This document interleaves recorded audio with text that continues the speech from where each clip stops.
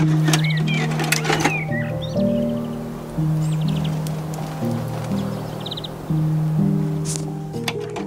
have got to be hundreds of movies that start with a woman screaming as she pushes a new person out from inside her womb. How many movies start with the moment that the cells unite inside the womb, though? I mean, I guess it makes sense. A baby is just a part of their mother until the moment they are physically separated from her. A fetus, a tug and a snip, and we're us. We're only a person when we're on our own. And that's a great start to a movie. The dawn of a person and the dawn of a life, ready and bursting to unfold. Then we're babbling and crawling, shoved into a world far less warm and comfortable than our mother's womb. We've got to make sense of it all. But I bet being babies, we're not as clueless as we think we are. We've got an instinct or something. Leftover reflexes from our past lives, perhaps.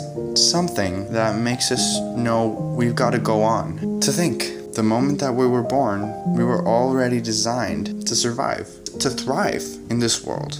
And what keeps us going is that very nature. Didn't think we had it in us, even in our early years. I guess our survival gets more complicated as we grow. We were just learning how to walk, and here we are, stressing about our careers and the future. Where did all that time go? It all gets so messy as soon as we get more involved in society. We meet our neighbors and start going to school and partake in other institutional activities. We're no longer just a part of our family. We become part of a neighborhood, of that class or of that certain friend group. We're all presented with things and concepts, and we all accept these concepts and build our understanding of everything we encounter through our previous understanding of everything we've been told up to that point. They say the more you find out, the less you know. And yeah, we've all done it, figuring out the changes in our body, looking at our reflection, checking ourselves, suddenly conscious and worried about everything that makes up us. We feel and notice something that's different in us. Then we become ashamed and desire to fit into the standards that our society created. We become so allergic to being different. Because being different is wrong, and it's bad for the society. An urge to be controlled and desires to be dealt with. But what can we do? It feels euphoric yet forbidden. Is it nature or is it sin? If being different isn't welcomed in our society, how are we ever supposed to discover our identities and how we're meant to lead our lives? If this is the age of exploration, do we really have that much freedom to explore? There's still a society that's dictating us what to do, and we are just made to eventually conform to certain standards or expectations. I think the whole concept of coming of age is so romanticized when, in reality, only those who are privileged enough are able to choose and decide what they want to do with their lives. Sure, there's just so many possibilities, they say. They can just be anything they want. Because practically speaking, sure they can. They have the opportunities. They can afford to go to the prestigious universities. They've got the connections and the great support system.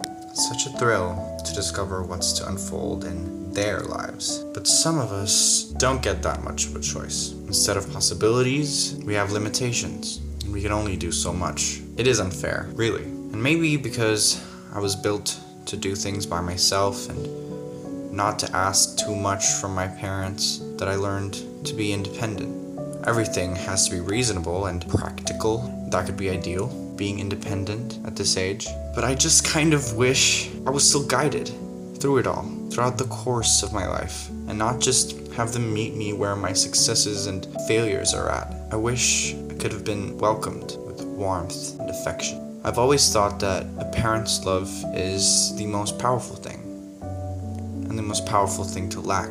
A comforting word from your father is sometimes all it takes to relieve you, and a scornful judgment from your mother can assure you that any and all dark thoughts that you might have had about yourself are right. We learn to love and to connect from those who first did or didn't. Hate is born in the same places love is. It's like we are all researchers or scientists, discovering what life is and what anything means when we're kids, and we decide what it means as we go along. Once we've pieced most of the pieces of the world around us together, we become capable of that most invaluable power of reason. It takes courage and sacrifice to stray away from those expectations and pursue who we really want to be and choose to be different. Being different means defying society and your family and sacrificing what you've built and what has been important to you through these years. But being different is also embracing who you are.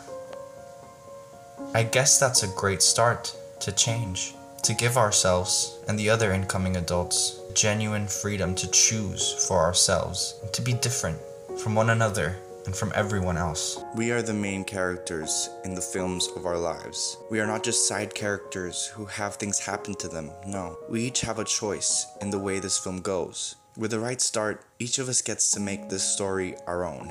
And this movie isn't over yet. I just wanna be with you, and I'm in so deep. Ay, nag-record agad.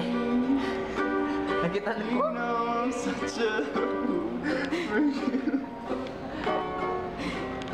Tadang! Na.